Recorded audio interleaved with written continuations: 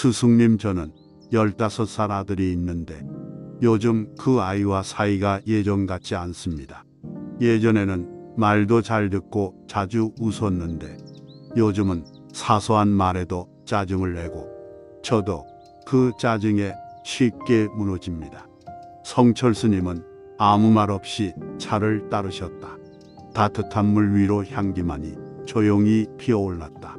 그러다 보니 같이 마주 앉는 시간이 생겨도 무슨 말을 꺼내야 할지 모르겠고 말이 잘 이어지질 않아서 그 아이와 제 마음 사이에 어떤 투명한 벽이 하나 생긴 듯합니다.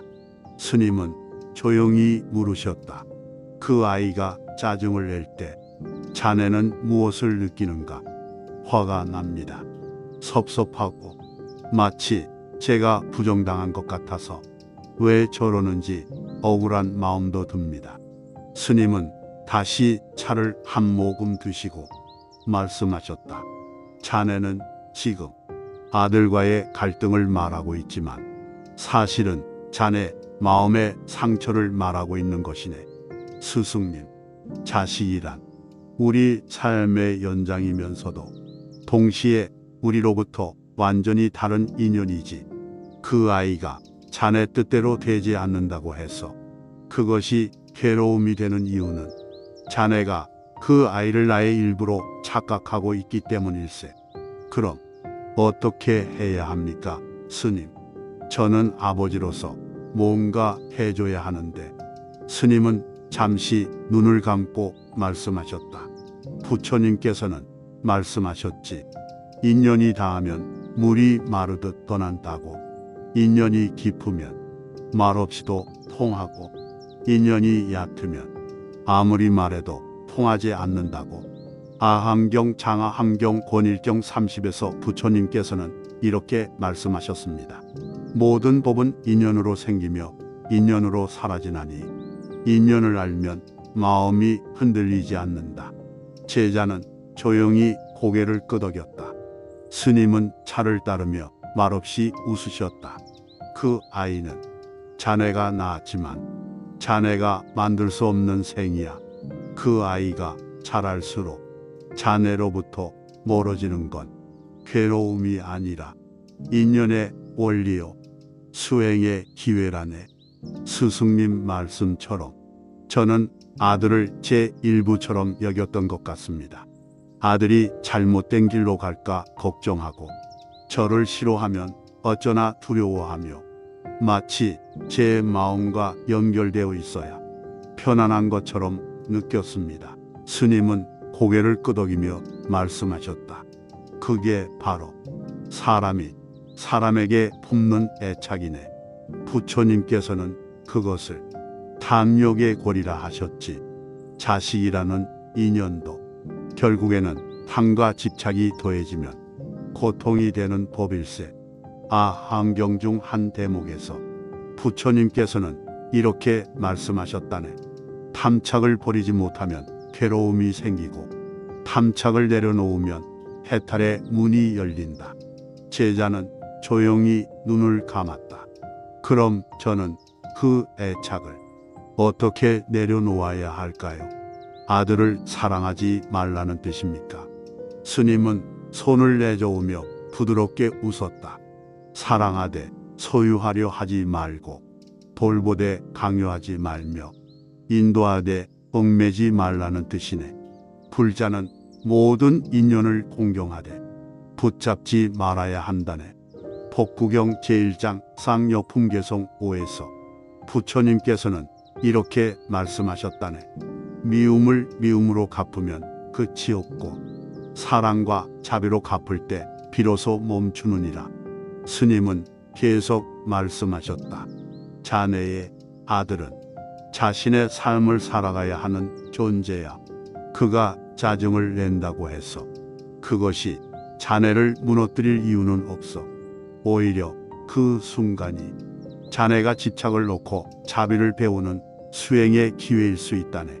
제자는 고개를 숙였다. 그렇지만 스승님, 제 마음은 그렇게 쉽게 정리가 되질 않습니다. 왜 하필 나에게 이런 일이 생겼는지, 왜 이 아이와 내가 이렇게 힘든지 그 생각만으로도 가슴이 무겁습니다.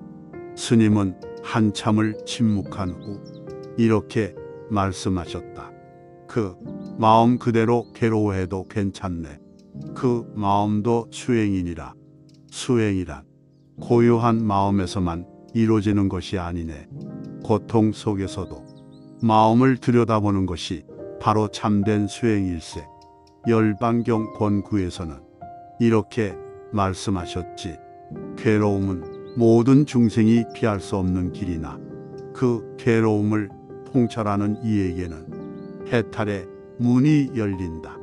자식과의 갈등은 피할 수 없는 괴로움이지만 그 안을 깊이 들여다보는 순간 그 괴로움이 나를 깨어나게 만드는 연등이 되는 것이네.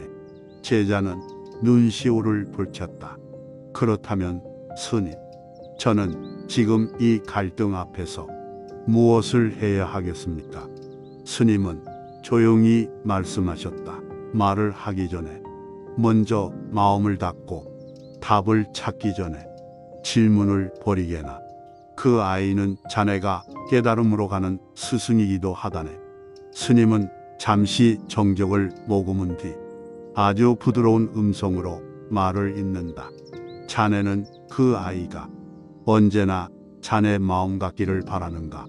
제자는 조용히 고개를 떨군다. 사실 그렇습니다.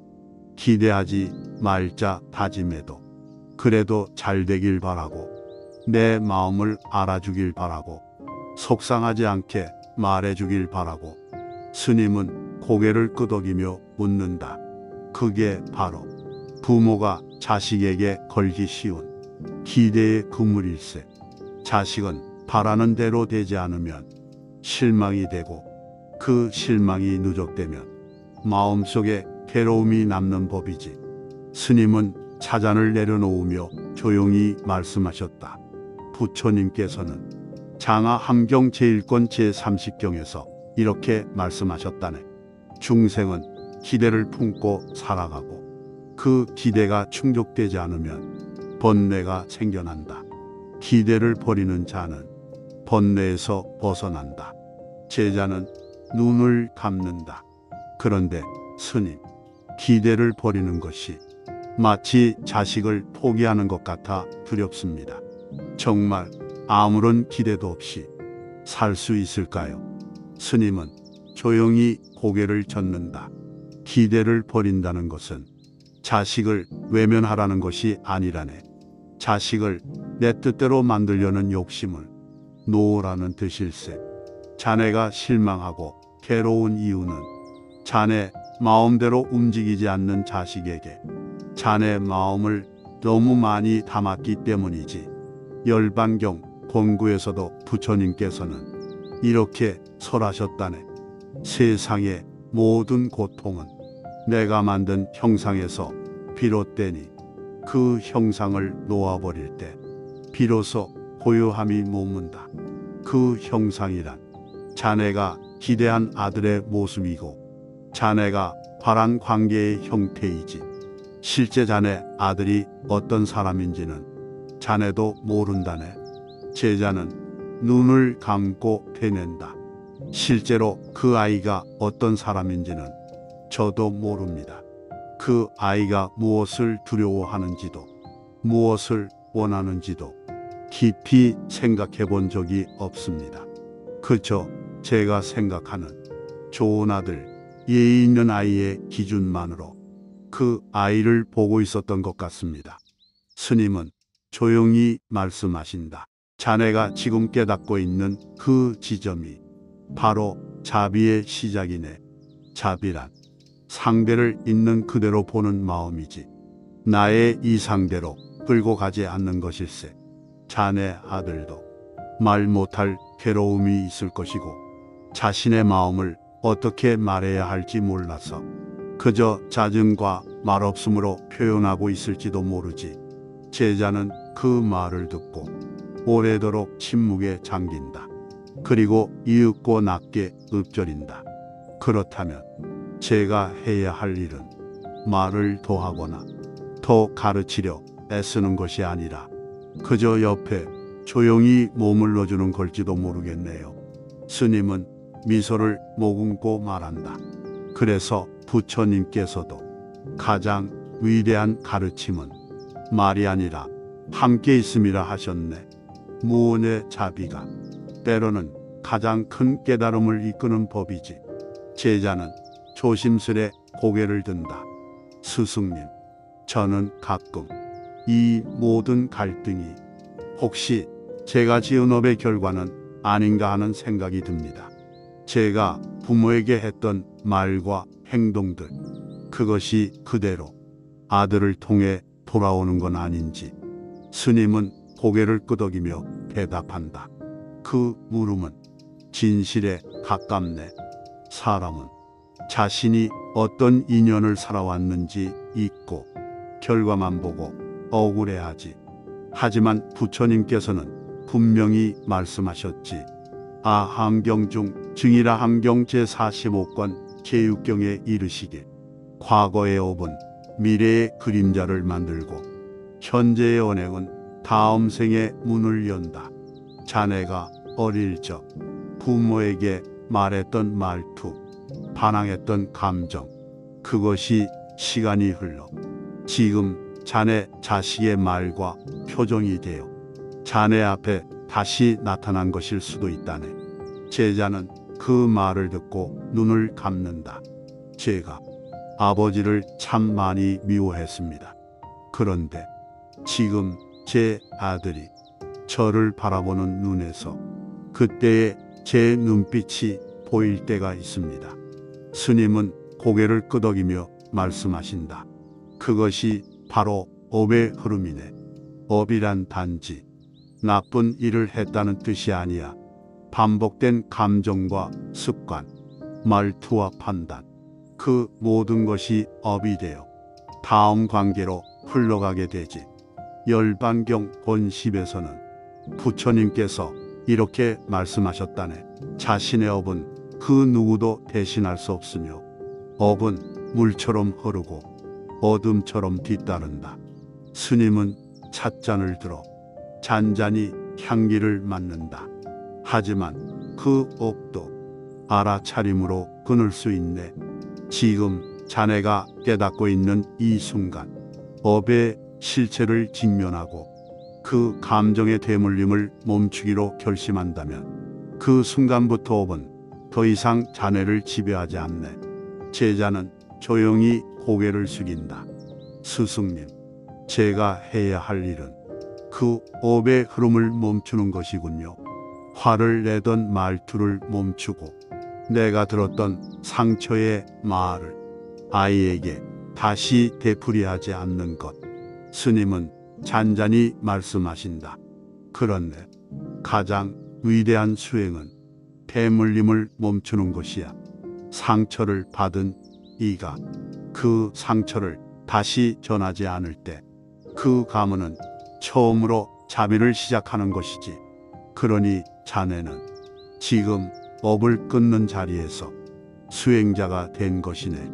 절에 와서 염불하는 것만이 수행이 아니라 가족 안에서 고통의 반복을 멈추는 그 자리가 진짜 도량이네. 제자는 조용히 눈을 감고 말없이 손을 모은다. 스승님, 오늘 처음으로 제 마음속 짐이 조금 내려가는 것 같습니다.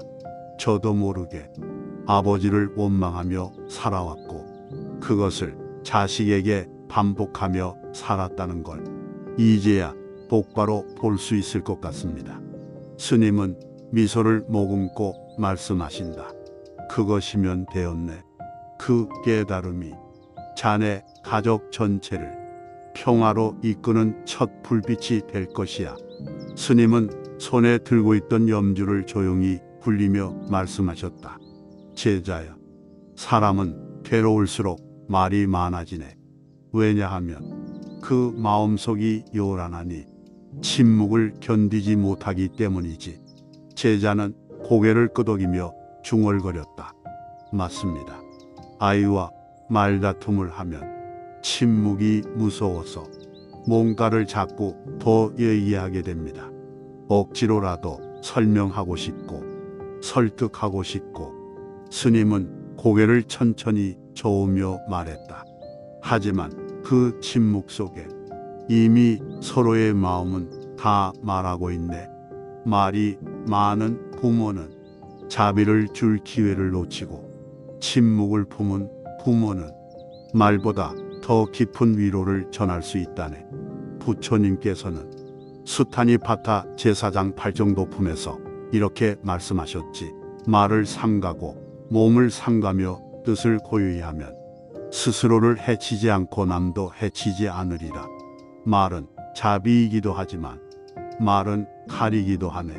특히 가까운 사이일수록 말에 칼끝은 깊이 들어가게 마련이지. 제자는 오래 침묵했다. 제가 아이에게 던졌던 말들이 지금도 제 가슴에 남아 있습니다. 나도 모르게 던졌던 말들. 그 말들이 아이에게 어떤 몽이 되었을지 감히 상상도 하기 싫습니다.